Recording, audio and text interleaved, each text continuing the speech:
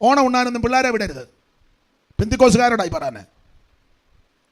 പിള്ളേരെ തലേന്ന് വിട്ടു, ഞങ്ങൾ സഭായം കഴിഞ്ഞാൽ അങ്ങോട്ട് വന്നേക്കാം. അനിയത്തിയുടെ വീട്ടിൽ ഓണം നീ മേടിച്ച് കിട്ടും. അച്ചായൻ സഭയുടെ സെക്രട്ടറിയാ, അമ്മാമ്മ സോദരി സമാജത്തിൻ്റെ പ്രസിഡന്റാ. എവിടാ? 40 പോയെന്ന്. അവിടെ ചെന്ന് അപ്പോൾ എല്ലാം കൂടെ കഴിച്ച ഉണ്ണിയപ്പം തിന്ന് എന്നിട്ട് ഇവിടെ വന്നറിയാം പാസ്റ്റർ എന്നാന്നറിയാമല്ല വയറ് കമ്പിക്കുന്നു. കമ്പിക്കും കമ്പിക്കുകയല്ല ബാക്കി. അപ്പം അമ്മ ജീവിച്ചിരിക്കുമ്പോൾ ഒരു തോർത്ത് ഒരു കുറിയോണ്ട് കൊണ്ട് കൊടുത്താൽ അവർക്ക് മനസ്സിലാകും. ഒന്ന് കുളിച്ച് തോർത്താനും അമ്മയാണ് അവർക്ക് മാറത്തിടാനോ മാറ് മറയ്ക്കാൻ അമ്മയ്ക്ക് മനസ്സിലാകും. ചത്ത് കഴിയുമ്പോൾ ബന്ധുക്കാരെല്ലാം കൂടെ കോടിയായിട്ട് വരിക. ഇനി തിരുവല്ലക്കാരുടെ കോടി ഇട്ടാട്ടെ.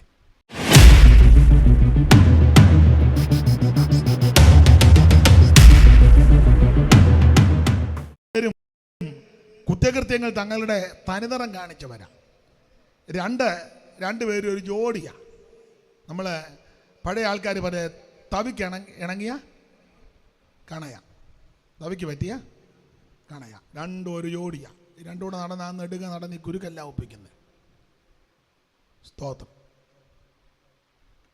മൂന്നാമത്തെ അവരുടെ രീതി മനുഷ്യരോടും മൃഗത്തോടും ക്രൂരത കാണിച്ചവരാ. മനുഷ്യരോടും ക്രൂരത കാണിച്ച് മനുഷ്യരോടും മൃഗത്തോടും ക്രൂരത കാണിക്കരുത്. നിനക്ക് മൃഗത്തെ ഇഷ്ടമല്ലെങ്കിൽ വളർത്തരുത്.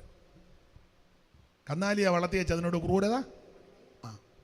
പശുവിനെ വളർത്തുന്നുണ്ടെങ്കിൽ അതിനെ കുളിപ്പിക്കണം, സമയത്ത് തീയും കൊടുക്കണം, കറക്കേണ്ട സമയത്ത് അന്ന് കറക്കണം, അതിൻ്റെ മറ്റു കാര്യങ്ങളെല്ലാം ചെയ്യണം. ഇല്ലേ, ഞങ്ങളുടെ വീട്ടിലൊരു പശു ഉണ്ടെന്ന് പറഞ്ഞ് എളിഞ്ഞ് നടക്കരുത്. ചെയ്യേണ്ട കാര്യം കൃത്യസമയത്ത് ചെയ്യണം. പട്ടിയെ പെന്തിക്കോസുകാർ വളർത്തുന്നതിനോട് എനിക്ക് താല്പര്യമില്ല. എൻ്റെ വ്യക്തിപരമായ കാര്യമാണ്. കാരണം ദൂതൻ കാവലുണ്ടെന്ന് ആ പുസ്തകത്തിൽ വാക്യം. ഇനി ആരെയും കാരണം ആരും അനുസരിക്കുന്നവരൊന്നും അധികം ഇല്ല. വളർത്തുന്നുണ്ടെങ്കിൽ അത് ബെഡ്റൂമിലല്ല പട്ടിയെ വളർത്തുന്നത്. പട്ടിയെ വളർത്താൻ പ്രത്യേക കൂടോ അതിൻ്റെ ക്രമീകരണം വേണം. ടോണിയായിട്ട് കട്ടിലേ കിടക്കുക. ടോണി അപ്പറേ നീ പറ.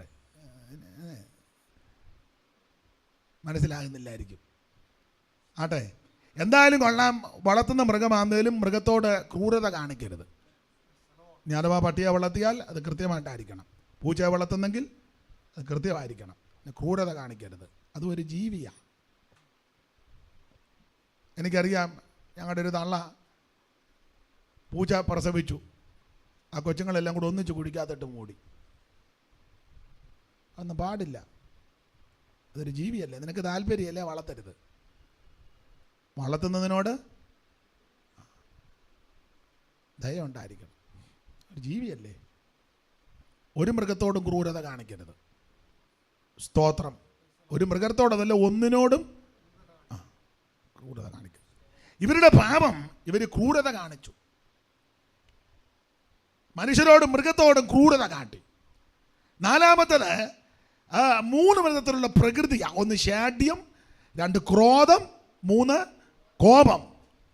ഈ 3 വിഷയങ്ങൾ ജീവിതത്തിൽ വിട്ടുകളയാഞ്ഞത് കൊണ്ട് തമ്പുരാൻ പറഞ്ഞു 2 കാര്യം. 1 പകുക്കും, 2 ചിതറിക്കും. അത് പിന്നത്തേതിൽ സംഭവിച്ചു. അതിൽ ശിമിയോൻ ഗോത്രത്തെ എടുക്കുമ്പോൾ ശിമിയോൻ ഗോത്രം ഈ കാര്യത്തിൽ ക്രമീകരണം വരുത്താഞ്ഞത് കൊണ്ട് സംഖ്യാപുസ്തകം 25 പഠിക്കുമ്പോൾ ശിമിയോൻ ഗോത്രത്തിൽ ഒരു പ്രഭു കൊല്ലപ്പെടുകയാണ്. ആ പ്രഭുവിൻ്റെ മകനുമെല്ലാം നാടൻ ഭാഷ പറഞ്ഞ വേണ്ടാതീനം കാണിച്ചു. ഒരു ശുദ്ധീമിൽ പാർക്കുമ്പോൾ ജനം ജാതികളുമായി പ്രമാണം വിട്ടുള്ള ഇടപാട്. ആ 25-ാം അധ്യായത്തിൻ്റെ പ്രാരംഭവാക്യം ഒന്ന് വായിച്ചോ. അപ്പം ഇസ്രായേൽ മക്കളെ ശിത്തീമിൽ പാർക്കുമ്പോൾ ജനം മോവാബ് സ്ത്രീകളുമായിട്ട് പ്രമാണത്തിന് നിരക്കാത്ത രീതിയിൽ ഇടപെട്ടെന്ന് അടുത്ത വാക്യം. ഇവർ ജനത്തെ തങ്ങളുടെ ദേവന്മാരുടെ ബലികൾക്ക്. അപ്പൊ ശിത്തീമിൽ പാർക്കുമ്പോൾ മോവാബ്യര് അവരുടെ ദേവന്മാരുടെ ബലികൾക്ക് ഇവരെ വിളിച്ചു.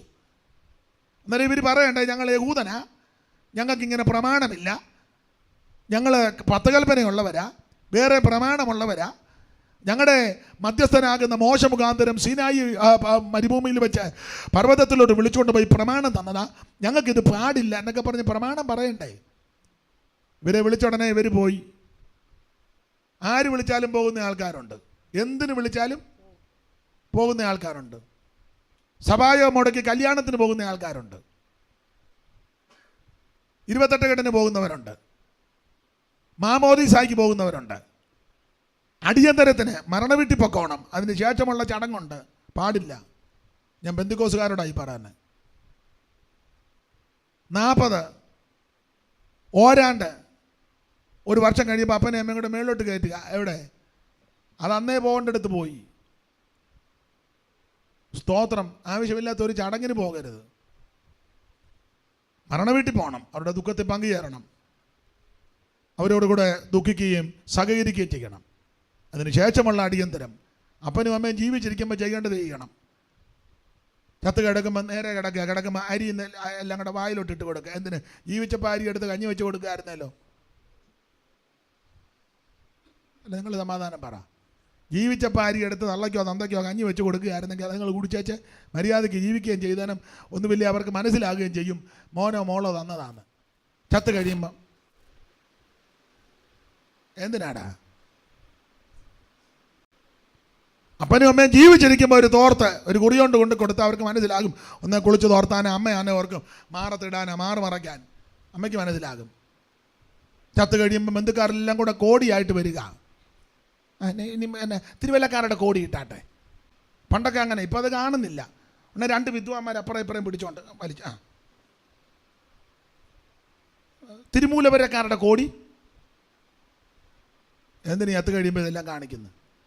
ജീവിച്ചിരിക്കുമ്പോൾ ചെയ്യേണ്ടത് ചെയ്യണം. സ്തോത്രം. അപ്പനും അമ്മയ്ക്കും വെള്ളം ഇറങ്ങാൻ ആശുപത്രി ICU കിടക്കുമ്പോഴാണ് 1 കിലോ ആപ്പിളും 2 കിലോ ഓറഞ്ചും. എവിടെ പോവാ? അപ്പം അച്ചാച്ചനെ കാണാൻ പോവാ. അച്ചാച്ചനെ മൂക്കിൽ കൂടെ എല്ലാം കൂടി ഇട്ട് കിടക്കുക. ആപ്പനാന്നോ 1 കിലോ ആപ്പിള്? എടാ, അയാൾ ജീവിച്ചിരുന്നപ്പോൾ നീ 1 കിലോ കൊടുക്കണ്ട, 1 ആപ്പിൾ കൊണ്ട് കൊടുത്താൽ മതിയായിരുന്നല്ലോ, നാട്ടുകാരെ കാണിക്കാൻ. ജീവിച്ചിരിക്കുമ്പോൾ ചെയ്യേണ്ട കാര്യങ്ങൾ കൃത്യമായിട്ട് ചെയ്യണം. സ്തോത്രം. ഇവരെ ആട്ടെ മോബാബിയര് ഇവരെ വിളിച്ചു. ദേവന്മാരുടെ ചടങ്ങ് ബലികൾക്ക് വിളിച്ചു. ഇവരെ വിളിച്ചപ്പോൾ എന്തോ ചെയ്തു? അടുത്ത വാക്യം, അവരുടെ ദേവന്മാരെ നമസ്കരിച്ച് ജനം ഭക്ഷിച്ച്. അതാ അവിടെ ചേർത്ത് വായിര്. ഒന്നുകൂടെ വാക്യം വായിച്ച്. അവർ ജനത്തെ തങ്ങളുടെ ദേവന്മാരുടെ ബലികൾക്ക് വിളിച്ചു. ഇവര് ക്ഷണിച്ചു, കത്തുമൊക്കെ കൊടുത്തു. വരണേ, കുടുംബമായിട്ട് വരണേ. കണിശമായിട്ട് അച്ചായനെ അമ്മാമ്മ, അച്ചായൻ സഭയുടെ സെക്രട്ടറിയാ, അമ്മാമ്മ സോദരി സമാജത്തിന്റെ പ്രസിഡന്റാ. എവിടാ? 40-ന് പോയെന്ന്. അവിടെ ചെന്ന് അപ്പോൾ എല്ലാം കൂടെ കഴിച്ച ഉണ്ണിയപ്പം തിന്ന് എന്നിട്ട് ഇവിടെ വന്നറിയാം പാസ്റ്റർ എന്നാന്നറിയാമല്ല, വയറ് കമ്പിക്കും. കമ്പിക്കുകയല്ല. വാക്യം ഞാനിപ്പോൾ പറയുന്നില്ല, അടുത്ത വാക്യം വായിച്ചു. ജനം ഭക്ഷിച്ച് അവരുടെ ദേവന്മാരെ നമസ്കരിക്കുകയും ചെയ്തു. ജനം ഭക്ഷിക്കുകയും ചെയ്തു, അവരുടെ ദേവന്മാരെ നമസ്കരിച്ചു. കുഞ്ഞുങ്ങൾക്കെല്ലാം ഉപദേശം പറഞ്ഞു കൊടുക്കണം. പെന്തിക്കോസുകാരോടാ പറയുന്നത്. കൊച്ചു പിള്ളേർക്ക് അറിയത്തില്ല, അവർക്ക് പറഞ്ഞു കൊടുക്കണം. നേർച്ച സാധനം ഒന്നും കഴിക്കരുത്, അവരുടെ പണങ്ങൊന്നും വേണ്ട. പാച്ചോറും ആചാരങ്ങളും അനുഷ്ഠാനങ്ങളും ഒക്കെ ഉണ്ട്. ഓണം ഉണ്ണാനൊന്നും പിള്ളേരെ വിടരുത്. പെന്തിക്കോസുകാരോടായി പറയാൻ. പിള്ളേരെ തലേന്ന് വിട്ടു, ഞങ്ങൾ സഭായം കഴിഞ്ഞാൽ അങ്ങോട്ട് വന്നേക്കാം. അനിയത്തിയുടെ വീട്ടിൽ ഓണം നീ മേടിച്ച് കിട്ടും. സ്തോത്രം. ഓട്ടോ പിടിച്ചാ പോകുന്ന അനിയത്തിയുടെ വീട്ടിലോട്ട്. നീ പ്രമാണത്തിന് നിൽക്കണം. ഇവരെ പോയി ഭക്ഷിച്ചു, ദേവന്മാരെ മണങ്ങി. ഇസ്രായേൽ ബാൽപയോറിനോട് ചേർന്നു എന്ന് പറഞ്ഞാൽ ബിലയാമിന്റെ ഉപദേശത്തോടെല്ലാം അങ്ങ് ചേർന്നു. അടുത്തത്, യഹോവയുടെ കോപം ഇസ്രായേലിന്റെ നേരെ ജ്വലിച്ചു. ചുരുക്കി പറഞ്ഞാൽ ആദ്യമായി നിങ്ങൾ പിന്നീട് ശാന്തമായിട്ട് പഠിച്ചു. ഒരു ഇസ്രായേലിയൻ ഒരു മിദ്യാന്യ സ്ത്രീയുമായിട്ട് കയറി വന്നു. ഈ കാഴ്ച കണ്ട് മോശ അനങ്ങിയില്ല.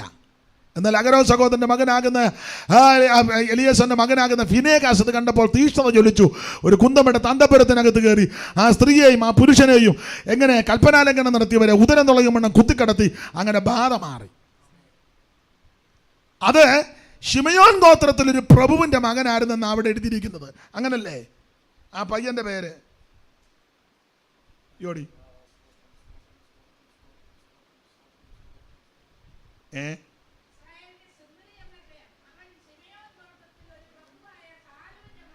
അവൻ ശിമയോൻ ഗോത്രത്തിൽ ഒരു പ്രഭുവായ സാലുവിന്റെ മകനായിരുന്നു. സാലുവിന്റെ മകനാ അവൻ. ശിമയോൻ ഗോത്രം 14-ാമത്തെ വാക്യമാ. മിദ്യാന്യ സ്ത്രീയോട് കൂടെ കൊന്ന ഇസ്രായേലിന് സിമ്രി എന്നു പേർ. അവൻ ശിമിയോൻ ഗോത്രത്തിൽ ഒരു പ്രഭുവായ സാലുവിന്റെ മകനായി. അപ്പൊ സിമ്രി, സാലു എന്ന് പറയുന്ന സിമിയോൻ ഗോത്രത്തിലെ പ്രഭുവിന്റെ മകനാ സിമ്രി. അവനാ ഈ പരുവക്കേടായി പോയത്. സ്തോത്രം. പെന്തിക്കോസുകാരെല്ലാം ശ്രദ്ധിച്ചോണം. എൻ്റെ തലമുറ വഴിപടച്ചു പോകരുത്. കാശൊന്നും ഉണ്ടാക്കിയില്ലെങ്കിലും വിദേശത്തൊന്നും പോയില്ലെങ്കിലും അമേരിക്കയിലും കാനഡയിലും ലണ്ടനിലും ഹൂസ്റ്റണിലും നല്ല കാര്യമാണ് ഞാൻ എതിരല്ല. സ്വീഡനിലും അയർലൻഡ്, ന്യൂസിലൻഡ് ഐലൻഡുകളിലൊന്നും പോയില്ലെങ്കിലും പോകുന്നതിന് എതിരല്ല. പോയില്ലെങ്കിലും 3 നില മാളിക പണിതില്ലെങ്കിലും ഓഡിയോ, പിന്നെ വിലയുള്ള വണ്ടി ഉണ്ടല്ലോ, ഓഡിയോയും പിന്നെ അല്ല ഓഡിയോ അല്ല ഓഡിയും BMW, അതിലൊക്കെ നീ തിരുവല്ല കൂടെ പറന്നില്ലെങ്കിലും നിന്റെ കുഞ്ഞുങ്ങളും നീയും ദൈവസന്നിധിയിൽ ഇരിക്കുന്നത് ആ ശ്രേഷ്ഠം. ഒന്നുകൂടെ ഊന്നി പറയുക. പ്രാർത്ഥിച്ച് അവൻ ഓടി മേടിച്ചു, അവൻ ഓടി അങ്ങ് പോയി. നീ ആണ്ട് അവിടെ അനാഥാലയത്തിൽ കിടക്കുന്നത് അനുഭവിക്ക്. മോനെന്തിയ? മോൻ ഓടി. കൊച്ചമ്മ എന്നെ ഇവിടെ ആശ്വാസഭവനും എന്നിങ്ങനെ കിടക്കുന്നത്, അവൻ ഓടി. മനസ്സിലായോ? ഓടിയും കോടിയും ഒന്നും കിട്ടിയില്ലെങ്കിലും നിന്റെ കുഞ്ഞുങ്ങൾ ദൈവകൃപയെ നിൽക്കുന്നതാ ഭാഗ്യം. സ്തോത്രം. മോൻ കാശ് ഒത്തിരി ഉണ്ടാക്കിയില്ലെങ്കിലും അവൻ ദൈവകൃപയെ നിൽക്കുന്നെങ്കിൽ അതാ ഭാഗ്യം. നീ വേദപുസ്തകം എടുത്ത് ആരാധനയ്ക്ക് വരുമ്പോൾ നിന്റെ കുഞ്ഞും നിന്റെ കൂടെ ആരാധനയ്ക്ക് വരുന്നെങ്കിൽ അതാ ഏറ്റവും വലിയ ഭാഗ്യം. Praise the Lord. ശിമിയോൻ ഗോത്രത്തിൽ സാലുവിന്റെ മകൻ സിമ്രി. അപ്പോൾ ഈ ശിമിയോൻ ഗോത്രത്തിൽ പരുവക്കേടായെന്നായി പറഞ്ഞത്. നമ്പരാൻ പറഞ്ഞല്ലോ പാകയ്ക്കും ചെതറിക്കുമെന്ന്. അണ്ട് നടന്നുകൊണ്ടിരിക്കുക. പാകയ്ക്ക് മാത്രമല്ല, ഈ മരുഭൂമിയിൽ വെച്ച് 2 സ്ഥലത്ത് വെച്ച് വരെ എണ്ണി. നിങ്ങൾ ആ ഭാഗം പഠിക്കുമ്പോൾ ശിമിയോൻ ഗോത്രത്തെ ആദ്യം എണ്ണിയപ്പോൾ 59,300 പേരെന്ന ആദ്യം എണ്ണിയപ്പം. ശിമിയോൻ ഗോത്രത്തെ ആദ്യം എണ്ണിയപ്പോൾ 59,300. കേൾക്കണോ? ഒടുവിൽ എണ്ണിയപ്പം 20,200. പരുവക്കേടായത് കണ്ടോ? വായിച്ചേ, സംഖ്യാപുസ്തകം എടുത്ത് 1-ാം അധ്യായത്തിൻ്റെ 23 ആദ്യം വായിക്കേ. 22 മുതൽ വായിച്ചോ. സംഖ്യ 1:22 മുതൽ.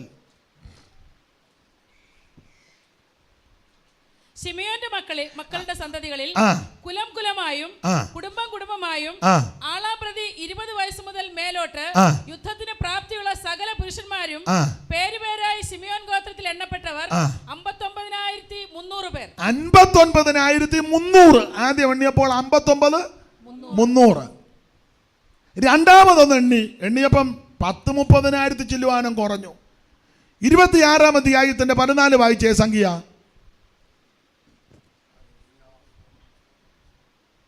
ശിമിയോന്യ കുടുംബങ്ങളായ ഇവർ 20,200 പേർ. എങ്ങനുണ്ട്? ആദ്യം എണ്ണിയപ്പോൾ 59,300. രണ്ടാമത് എണ്ണിയപ്പോൾ 20,200. ഉണ്ടോ കുഴപ്പടി? എൻ്റെ അഭിപ്രായം വചനത്തിൽ നിന്ന് പറയാം, ആദ്യം എണ്ണുന്നതിലും ഇരട്ടി ആയിരിക്കണം രണ്ടാമത് എണ്ണപ്പം. നീ ഒറ്റയ്ക്ക് ആ വിശ്വാസത്തിൽ വന്നത്. ചില വർഷം കഴിയുമ്പോൾ നിന്റെ കുടുംബാംഗങ്ങൾ വരണം. നീ ഒരു കുടുംബമായിരിക്കും ദേശത്ത്. ചില നാൾ കഴിയുമ്പോൾ ആ ദേശത്ത് അനേക യേശുവിനെ അറിയണം. Praise the Lord. ഇത് എണ്ണിയപ്പോഴും അത് തന്നെ. സ്തോത്രം. ശിമിയോന്റെ കുഴപ്പടി മൂന്നാമത്തെ ഒരു കുഴപ്പടി.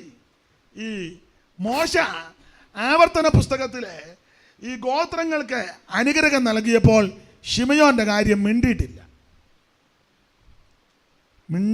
ശിമിയോന്റെ കാര്യം. ബാക്കി എല്ലാ ഗോത്രങ്ങളുടെയും പേര് പറഞ്ഞ് മോശയെ അങ്ങോട്ട് അനുഗ്രഹിച്ചു. രൂബേനെ വിളിച്ചു, അത് കഴിഞ്ഞ് യഹൂദയെ വിളിച്ചു. സ്തോത്രം. ഓരോരുത്തരെ അങ്ങോട്ട്. ലേവിയെ വിളിച്ചു, സെബുലൂനെയും ദാനെയും എല്ലാം വിളിച്ചു. പക്ഷേ ശിമിയോന്റെ കാര്യം മിണ്ടിയിട്ടില്ല മോശ. ഉണ്ടോ പരുവക്കേടായത്? സ്തോത്രം. മോശ ശിമിയോൻ ഗോത്രത്തെ വിട്ടെന്നുള്ളതാണ്. നാലാമത്തെ ഇവരുടെ കുഴപ്പടി, ഈ ദെബോര വിജയഗാനം പാടിയല്ലോ. ന്യായാധിപന്മാർ 5-ൽ ദെബോര ഓരോ ഗോത്രങ്ങളുടെ പേര് പറഞ്ഞ് വിജയഗീതം പാടി. ആ പാടിയ കൂട്ടത്തിൽ ശിമയോൻ്റെ പേര് പറഞ്ഞിട്ടില്ല. ന്യായാധിപന്മാർ 5 കിടപ്പുണ്ട്, നിങ്ങൾ പിന്നീട് ധ്യാനിച്ചാൽ മതി. നമ്മുടെ വിഷയം അതല്ലാത്തത് കൊണ്ട് അവിടെ വിവരിക്കാത്തത് ഞാൻ ഭാഗം പറഞ്ഞങ്ങ് വിടുക. വിജയഗാഥ പാടിയപ്പോൾ ശിമയോൻ്റെ പേരേ മിണ്ടിയിട്ടില്ല. ചുരുക്കി പറഞ്ഞാൽ പെണ്ണുങ്ങൾ പോലും നിൻ്റെ പേര് മിണ്ടുന്നില്ല. പടിയനിമത്തിൻ്റെ മധ്യസ്ഥനാകുന്ന മോശ മിണ്ടിയേ ഇല്ല. അതുപോലെ ഈ ഒരക്ഷരം പോലും. ഞാൻ ആ ഭാഗം അങ്ങ് വിടാം. മാത്രമല്ല, ശിമയോൻ്റെ കൊടപ്പടി ഇവർ കനാനിലേക്ക് കയറി ദേശം യോശുവയുടെ നേതൃത്വത്തിൽ പകുത്ത് വിഭജിച്ച് കൊടുത്തപ്പോൾ ശിമയോന് പ്രത്യേകമായിട്ട് ഒരു ഏറിയ കൊടുത്തില്ല. ഓരോ ഗോത്രക്കാർക്കും പ്രത്യേകം കൊടുത്തു. എന്നാൽ ശിമയോന് പ്രത്യേകം കൊടുത്തില്ല. ശിമയോനോട് പറഞ്ഞൊരു കാര്യം ചെയ്യ്, ആ യഹൂദ മക്കളുടെ ഇടയിൽ കയറി പാർത്തോളാൻ. യഹൂദ മക്കളുടെ ഇടയിൽ എന്ന് പറഞ്ഞാൽ യഹൂദ സ്തുതിക്കുന്നവനാ, സ്തോത്രം പറയുന്നവനാ. സ്തോത്രം പറയുന്നവൻ്റെ ഇടയ്ക്ക് കയറി ഇരുന്നോണം, അതേ നിന്നെ കൊണ്ട് ഒക്കുള്ളൂ.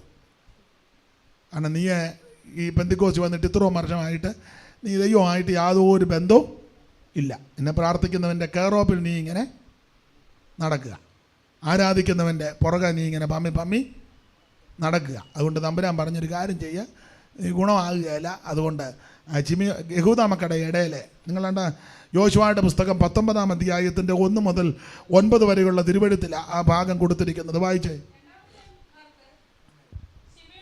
കുടുംബമായി ശിമയോൻ മക്കളുടെ ഗോത്രത്തിന് വന്നു. അവരുടെ അവകാശം യഹൂദ മക്കളുടെ അവകാശത്തിന്റെ ഇടയിലായിരുന്നു. അവരുടെ അവകാശം യഹൂദ മക്കളുടെ അവകാശത്തിന്റെ ഇടയിലായിരുന്നു. അങ്ങനെയാണോ കിട്ടേണ്ടത്? അങ്ങനെ അല്ലല്ലോ കിട്ടേണ്ടത്. ബാക്കി എല്ലാവർക്കും ഓരോരോ ദേശം പകുത്ത് കൊടുക്കുക. യഹൂദക്കിന്നത്, രൂബേനിന്നത്, നഫ്താലിക്കിന്നത്, ശെബൂലൂനിന്നത്, എഫ്രയീം എല്ലാം പകുത്ത് ദേശം കൊടുത്തു. ശിമയോന്റെ കാര്യം എന്ന് പറഞ്ഞു, ഒരു കാര്യം ചെയ്യ്, യഹൂദയുടെ ഇടയിലോട്ട് കയറിക്കോളാൻ പറഞ്ഞു. നീ പെന്തിക്കോസി വന്നിട്ടും ഗുണമാകുന്നില്ല. ഞാൻ മിക്കപ്പോഴും പറയും, പലരും പറയും, നിങ്ങളും കേട്ടിട്ടുണ്ട്, എങ്ങും പോയി ശരിയാകാത്തവർ പെന്തിക്കോസി വന്നാൽ ശരിയാകും. പെന്തിക്കോസി വന്നിട്ട് നീ ശരിയാകുന്നില്ലെങ്കിൽ അറ്റ കൈക്കാണ് ഇതിനകത്ത് ഈ വരുന്നത്. സാഹിബിൻ്റെ അവിടെ നിന്നും, പുഷ്പഗിരിയിൽ നിന്നും, ബിലീവേഴ്സിൽ നിന്നും, മുത്തൂറ്റിൽ നിന്നും എല്ലാം അറ്റ കൈക്ക് വിടുന്നത് എങ്ങോട്ടാ? പറ, മെഡിക്കൽ കോളേജ്, ഉറക്കെ പറ. അവിടെ വിടുന്നത്.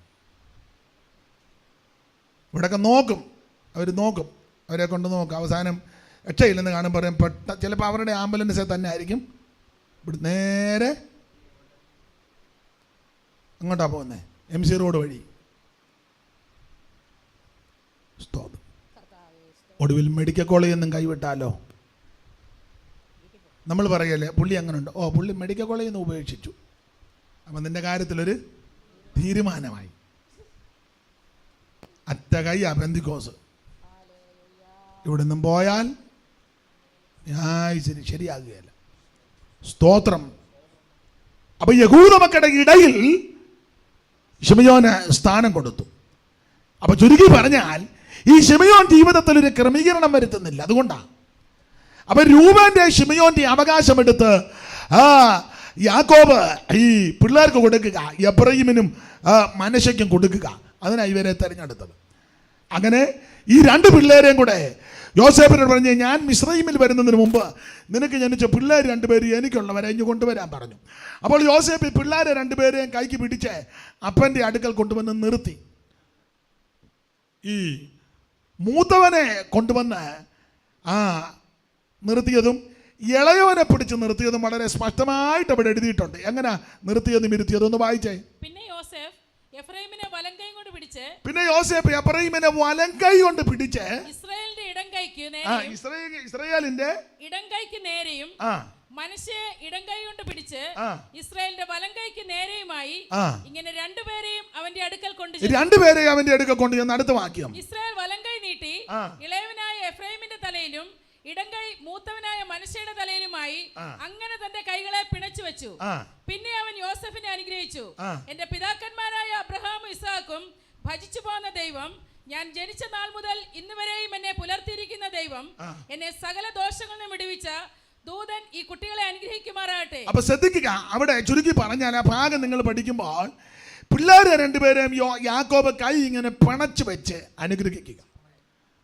വലം കൈ എടുത്ത് എബ്രഹീമിന്റെ തലയിലും ഇടം കൈ എടുത്ത് മനശ്ശെയുടെ തലയിലും കൈ ഇങ്ങനെ പിണച്ചു വെച്ചു. അപ്പൊ യോസേപ്പിന് അനിഷ്ടമുണ്ടായി. ഉടനെ യോസേപ്പ് അപ്പനോട് പറഞ്ഞു, അപ്പ യവനാണ് മൂത്തത്, ഇവന്റെ തലയിൽ വേണം വലം കൈ വെക്കാൻ. അപ്പനോടനെ പറഞ്ഞ് എനിക്കറിയാമെന്ന് പറഞ്ഞു. നീ എന്നെ പ്രാർത്ഥനയൊന്നും പഠിപ്പിക്കണ്ട, ഒക്കെ എനിക്ക് ഈ കണ്ണേ അടഞ്ഞിട്ടുള്ളൂ, ആത്മക്കണ്ണ് തെളിഞ്ഞിരിക്കുക. ശരീരത്തിന് ചിലപ്പം അപാകതയും ബലഹീനതയൊക്കെ വരാം, പക്ഷേ ആത്മാവിന് യാതൊരു ക്ഷീണവും വരരുത്. ഈ കണ്ണിന് അല്പം തിമിരമോ വെള്ളയെടുത്തോ അപാകത വരാം, പക്ഷേ ആത്മക്കണ്ണ് തെളിഞ്ഞു നിൽക്കണം. ദർശനത്തിന് മങ്ങലേൽക്കരുതെന്നായി പറഞ്ഞത്. യാക്കോബ് പറഞ്ഞു, മകനെ എനിക്കറിയാം, നീ എന്നെ പ്രാർത്ഥനയൊന്നും പഠിപ്പിക്കണ്ട. കാരണം അപ്പൻ ഒറ്റയ്ക്ക് ഓൾ നൈറ്റ് നടത്തിയ ആളാ. ഒരു രാത്രി മുഴുവൻ നേരം വെളുത്തിട്ടും ദൂതനോട് പറഞ്ഞു വിടുകയില്ലെന്ന് പറഞ്ഞു. നീ എന്നെ അനുഗ്രഹിച്ചല്ലാതെ ഞാൻ നിന്നെ അങ്ങനെ പ്രാർത്ഥന അപ്പനോടാ യോസേപ്പ് പറഞ്ഞ യവനാന്ന്. അപ്പം പറഞ്ഞ് എനിക്കറിയാം. ഈ വേദപുസ്തകത്തിൻ്റെ വെളിച്ചത്തിൽ നിങ്ങൾ പഠിക്കുമ്പോൾ, ആ ഭാഗം പഠിച്ചു വരുമ്പോൾ, ഇളയവനാകുന്ന മനശ്ശയെ, ആ ഇളയവനാകുന്ന എബ്രഹീമിനെ മൂത്തവനാകുന്ന മനശ്ശയ്ക്ക് മുമ്പനാക്കിയെന്ന 20-ാം വാക്യം വായിച്ചേ. അങ്ങനെ അവൻ അന്നവരെ അനുഗ്രഹിച്ചു, ദൈവം നിന്നെ എഫ്രൈമിനെയും മനശ്ശയെയും പോലെ ആക്കുമാറാകട്ടെ എന്ന് ഇസ്രായേലിയർ നിന്റെ പേർ ചൊല്ലി അനുഗ്രഹിക്കുമെന്ന് പറഞ്ഞ് എഫ്രൈമിനെ മനശ്ശയ്ക്ക് മുൻപാക്കി. എബ്രഹീമിനെ മനശ്ശയ്ക്ക് മുമ്പാക്കി. അപ്പൊ ഇത് വേദപുസ്തകത്തിലെ ഒരു ചെറിയ രീതിയാ. ഇളയവനെ പിടിച്ച് മുമ്പനാക്കുക. ചേട്ടനും അനിയനും ഉണ്ടെങ്കിലും മിക്കയിടത്തും അനുഗ്രഹം അനിയന്റെ മേലെ അങ്ങ് വരിക. നിങ്ങൾ വേദപുസ്തകം പഠിച്ചാൽ അബ്രഹാമിന് 2 മക്കളാ, ഇശ്മായേലും ഇസഹാക്കും. പക്ഷേ ശരിയായ അനുഗ്രഹം വന്നത് ആർക്കാ? ഇസഹാക്ക. മൂത്തതാരാ? ഇശ്മായേൽ. ഇളയവൻ ഇസഹാക്ക്. അപ്പം വന്ന കണ്ടോ, ഇസഹാക്കിന്റെ മേലാ വന്നേ. മൂത്തവനെ മാറ്റി വെച്ച് അനിയനെ കയറ്റി. ഇസഹാക്കിന് 2 പിള്ളേര്, യാക്കോബും യേശാവും. അനുഗ്രഹം വന്നത് ആർക്കാ? യാക്കോബിനാ. യേശാവിനെയും അനുഗ്രഹിച്ചു. പക്ഷേ യഥാർത്ഥമായ ദൈവിക നിർണയപ്രകാരമുള്ളത് വന്നത് ആരാ? അനിയനാകുന്ന യാക്കോബിന്റെ മേല. അതുപോലെ തന്നെ യാക്കോബിന് യോസേപ്പും രൂപേനും, യോസേപ്പ് ഇളയതാ, രൂപേൻ മൂത്തതാ. മൂത്തവന്റെ ജ്യേഷ്ഠാവകാശം എടുത്ത് യോസേപ്പിന് കൊടുത്തു. കണ്ടോ അനുഗ്രഹം വന്ന്. ഇവിടെ യോസേപ്പിന് മനശ്ശയും എഫ്രയീമും, മൂത്തവനെ മാറ്റിവെച്ച് ഇളയവനെ മുമ്പനാക്കി. വേദപുസ്തകത്തിലും അങ്ങനെ തന്നെ. മുമ്പന്മാർ പലരും പിമ്പന്മാരാകും. ഞാൻ പഴയ വിശ്വാസിയ, പണ്ടേ ഉള്ളതാ, ആരംഭകാല വിശ്വാസിയ, സഭയുടെ നെടുന്തൂണ. ഇങ്ങനെ കീർവാണമൊക്കെ പറഞ്ഞിരിക്കാന്നല്ലാതെ കർത്താവ് ചോദിച്ചാൽ ഇപ്പം പിടിച്ച വല്ലതും ഉണ്ടോ എന്നാ. അന്ന് പകർന്ന അഭിഷേകം ഇപ്പോഴും ഉണ്ടോ? അന്നത്തെ പ്രാർത്ഥന ഇപ്പോഴും ഉണ്ടോ? അന്നത്തെ ആ സമർപ്പണം ഇപ്പോഴും ഉണ്ടോ? അന്നത്തെ ദൈവസ്നേഹം, ഇതൊക്കെയാ കർത്താവ് നോക്കുന്നത്. അല്ല, ഞാൻ ഈ സഭയുടെ നെടുന്തൂണ സ്റ്റാർട്ടിങ് മുതൽ ഞങ്ങൾ അതിനെ ഇഞ്ചനായിരുന്നു. സ്തോത്രം. ഈ വകുപ്പും പറഞ്ഞിരിക്കാന്നല്ലാതെ ദൈവമായിട്ട് യാതൊരു ബന്ധവും ഇല്ല. അത് ദൈവത്തിന് ഇഷ്ടമല്ല. സ്തോത്രം. ഇപ്പോഴത്തെ നിന്റെ സ്ഥിതി എങ്ങനാ? സ്തോത്രം. അതാ ദൈവം നോക്കുന്നത്. അപ്പൊ ഇവനെ മൂത്തവനെ മാറ്റി നിർത്തിയേച്ച് ഇളയവനെ മുമ്പനാക്കി. അങ്ങനെ യാക്കോബ് ഈ കുഞ്ഞുങ്ങളെ പേര് ചൊല്ലി പ്രാർത്ഥിച്ച്, അല്ലെ എൻ്റെ ചിന്തയാ, കൈവച്ച് അനുഗ്രഹിച്ച് ഈ ഗോത്രത്തിലോട്ട് കയറ്റി. ആ ഭാഗം 20-ാം വാക്യം ഒന്നുകൂടെ വായിച്ച്. ആ 19 മുതൽ വേറൊരാൾ വായിച്ചേ. എന്നാൽ അവന്റെ അപ്പൻ സമ്മതിക്കാതെ, എനിക്ക് അറിയാം മകനെ, എനിക്കറിയാം, ഇവനും ഒരു വലിയ ജനമായി തീരും, ഇവനും ആ 48-ന്റെ 14 വായിച്ചേ അമ്മച്ചി. ഇസ്രായേൽ വലങ്കൈ നീട്ടി, ഇസ്രായേൽ വലങ്കൈ നീട്ടി ഇളയവനായ എഫ്രൈമിന്റെ തലയിലും ഇടങ്കൈ മൂത്തവനായ മനശ്ശെയുടെ തലയിലും. അപ്പൊ കൈവച്ച് അനുഗ്രഹിച്ച് ഈ ഗോത്രത്തിലോട്ട് കയറ്റുക. ഈ കൈവെപ്പിനെ കുറിച്ചുള്ള ആദ്യ പരാമർശം ഈ ഭാഗത്ത് കൈവച്ച് അനുഗ്രഹിച്ചു. വേറെ പുസ്തകത്തിൽ കൈവച്ച് അനുഗ്രഹിച്ച് കൈത്തുന്ന ഭാഗം ഇവിടെ. യാക്കോബിന്റെ കൈ വെച്ച് ഈ കുഞ്ഞുങ്ങളെ അനുഗ്രഹിച്ചു. കൈവപ്പ് ശുശ്രൂഷ എന്ന് പറയുന്നൊരു ശുശ്രൂഷ ഇല്ല. അത് ചില ആൾക്കാർക്ക് കാശടിച്ച് മാറ്റാനാ അങ്ങനൊരു ശുശ്രൂഷ. കൈവെപ്പ്. സ്തോത്രം. പക്ഷെ കരം വെക്കുന്നത് അനുഗ്രഹമാണ്. ഇന്ന് കൈവപ്പ് എന്ന് പറഞ്ഞ ഒരു പ്രത്യേക ചടങ്ങായിട്ട് കൊണ്ടുവന്ന് ബന്ധുമിത്രാദികളെയെല്ലാം വിളിച്ച് ചാപ്പാടുമെല്ലാം കൊടുത്ത് മെയിൻ കൈവെക്കുന്ന പുള്ളിക്ക് കുറച്ചേറെ കാശ്, ഇടത്തരക്കാർക്ക് കാശ് കുറച്ചുകൂടെ കുറവ്. ലോക്കൽ സഭയിൽ ഉപദേശിച്ച് ശരിക്കും കഷ്ടപ്പെട്ടതായിരിക്കും, പുള്ളിക്ക് അധികം കാശില്ല. മെയിനായിട്ട് വരുന്ന പുള്ളിയുണ്ട്, സമയത്ത് കയറി വരുന്നയാൾ. പുള്ളി കൈ അങ്ങോട്ടിങ്ങനെ വെക്കുമ്പം പുള്ളിക്കാണ് കാശ്. സ്തോത്രം. അപ്പോൾ എൻ്റെ ഭാഷ പറഞ്ഞാൽ എല്ലാം കാശടിച്ച് മാറ്റാനുള്ള ഓരോരോ ഉപാധി കണ്ടുപിടിച്ചിരിക്കുക. എന്നാൽ കൈവച്ച് പ്രാർത്ഥിക്കുന്നത് അനുഗ്രഹമാണ്. കൈവച്ച് അനുഗ്രഹിക്കുന്നത് ഒരു അനുഗ്രഹമാണ്. കർത്താവ് അങ്ങനെ മാതൃക കാണിച്ചല്ലോ. യേശു ശിശുക്കളുടെ മേൽ കൈവച്ചല്ലോ, കുഞ്ഞുങ്ങളെ കൈവച്ച്.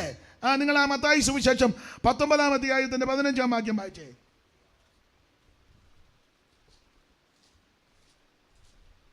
അങ്ങനെ അവൻ അവരുടെ മേൽ കൈവച്ചു, പിന്നെ അവിടെ നിന്ന് യാത്രയായി. കുഞ്ഞുങ്ങളെ ശിശുക്കളുടെ മേൽ കൈവച്ച് അവിടെ നിന്ന് അവൻ, മർക്കോസ് 10-ാം അധ്യായത്തിന്റെ 13 മുതൽ ഒന്ന് വായിച്ചേ.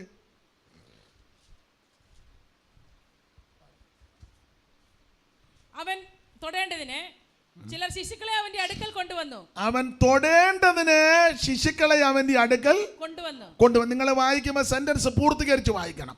ഒന്നുകൂടെ വായിച്ചേ. അവൻ തൊടേണ്ടതിന് ചിലർ ശിശുക്കളെ അവന്റെ അടുക്കൽ കൊണ്ടുവന്നു. ശിഷ്യന്മാരോ അവരെ ശാസിച്ചു. യേശു അത് കണ്ടാരെ മുഷിഞ്ഞ് അവരോട് ശിശുക്കളെ എന്റെ അടുക്കൽ വരുവാൻ വിടുവിൻ, അവരെ തടുക്കരുത്. ദൈവരാജ്യം ഇങ്ങനെയുള്ളവരുടേതല്ലോ. ദൈവരാജ്യത്തെ ശിശു എന്ന പോലെ കൈക്കൊള്ളാത്തവൻ ആരും ഒരു നാളും അതിൽ കടക്കയില്ല എന്ന് ഞാൻ സത്യമായിട്ട് നിങ്ങളോട് പറയുന്നു. ദൈവത്തിന്റെ മഹത്വം. അപ്പോൾ കൈവച്ച് പ്രാർത്ഥിച്ച് അനുഗ്രഹിക്കുന്നത് ഒരു നല്ല കാര്യമാണ്. കുഞ്ഞുങ്ങളെ ദൈവസന്നിധി കൊണ്ടുവന്ന് കർത്താവിന്റെ സന്നിധിയിൽ സമർപ്പിച്ച് ദൈവദാസന്മാർ, ദൈവമക്കൾ അവർക്ക് വേണ്ടി പ്രാർത്ഥിച്ച് കൈവച്ച് അനുഗ്രഹിച്ച് പ്രാർത്ഥിക്കുന്നത് ഒരു അനുഗ്രഹമാണ്. അതൊരു പ്രത്യേക രീതിയാക്കി ചടങ്ങാക്കി മാറ്റുന്നതിനോട് വലിയ യോജിപ്പില്ല. സ്തോത്രം. കൈവച്ച് അനുഗ്രഹിച്ച് പ്രാർത്ഥിക്കാം. പുരോഹിതൻ ശുശ്രൂഷയ്ക്കാകുമ്പോൾ കൈവച്ച് പ്രാർത്ഥിക്കുമല്ലോ, കൈ ഉയർത്തി അവരെ അനുഗ്രഹിക്കുമല്ലോ. സ്തോത്രം. യേശു സ്വർഗാരോഹണ സമയത്ത് കൈ ഉയർത്തി അവരെ അനുഗ്രഹിച്ചെന്നല്ലയോ ലൂക്കോസ് 24:50. വേറൊരാൾ വായിച്ച് ലൂക്കോസ് 24:50.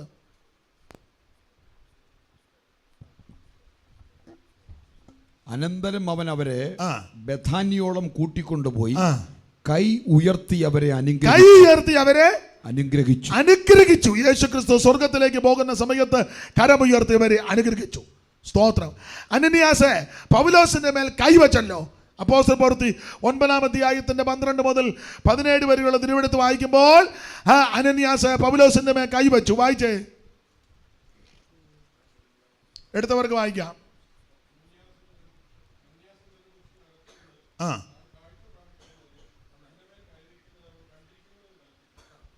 അതിന് അനന്യാസ്, കർത്താവേ, ആ മനുഷ്യൻ യെരുശലേമിൽ നിന്റെ വിശുദ്ധന്മാർക്ക് എത്ര ദോഷം ചെയ്തു എന്ന് പലരും പറഞ്ഞ് ഞാൻ കേട്ടിരിക്കുന്നു. ഇവിടെയും നിന്റെ നാമത്തെ വിളിച്ചപേക്ഷിക്കുന്നവരെയൊക്കെയും പിടിച്ചു കെട്ടുവാൻ അവന് മഹാപുരോഹിതന്മാരുടെ അധികാരപത്രമുണ്ട് എന്ന് ഉത്തരം പറഞ്ഞു.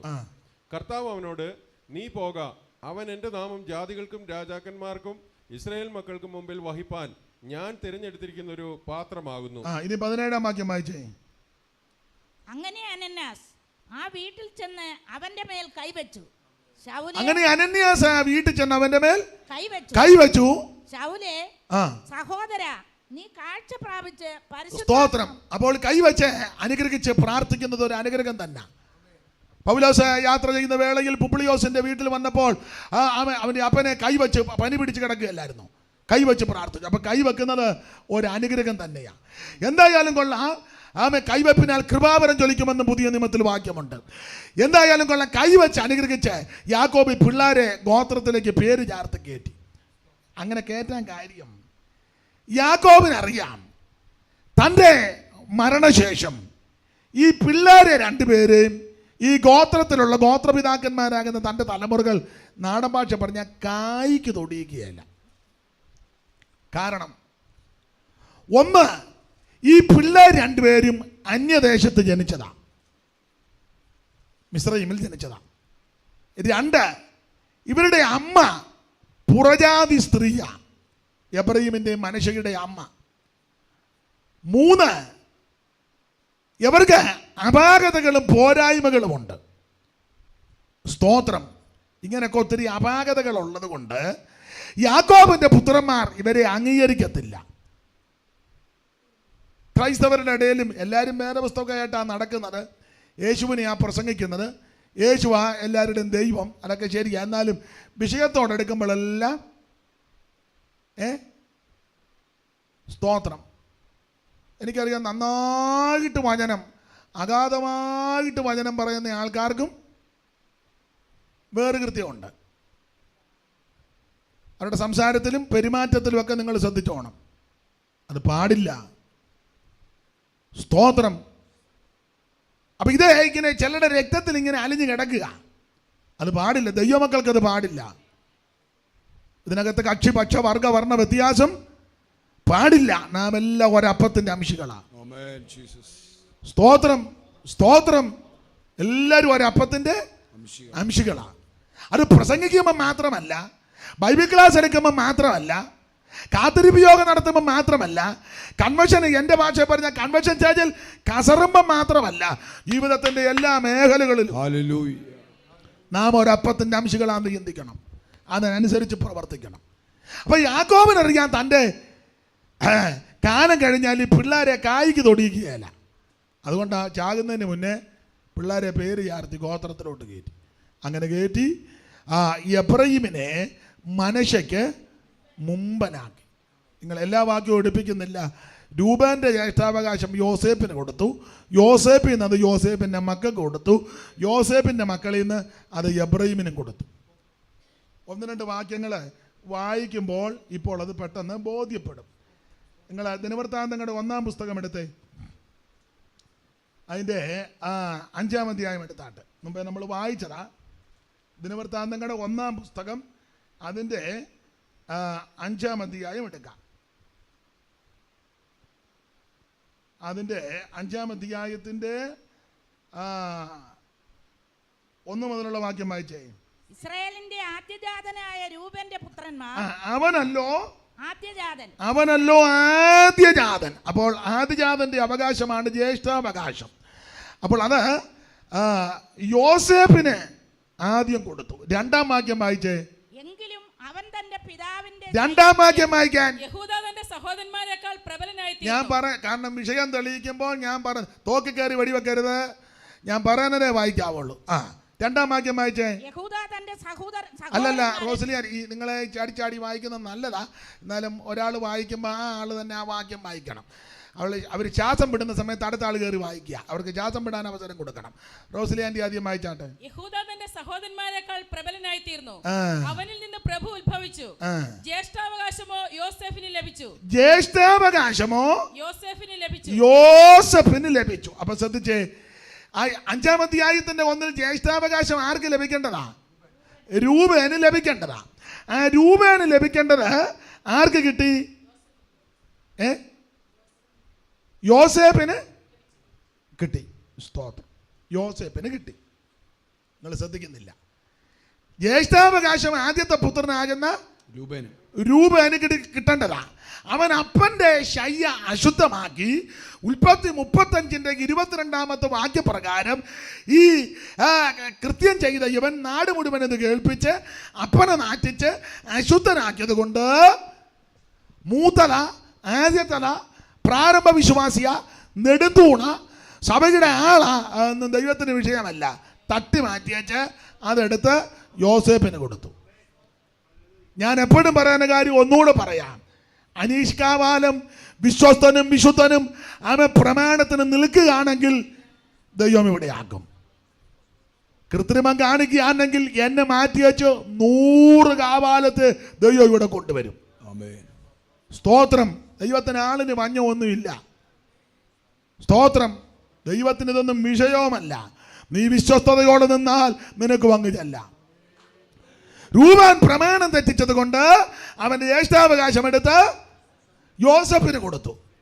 ആ യോസേപ്പിൽ നിന്ന് ആ ജ്യേഷ്ഠാവകാശം എടുത്ത് യോസേപ്പിൻ്റെ പിള്ളേർക്ക് കൊടുത്ത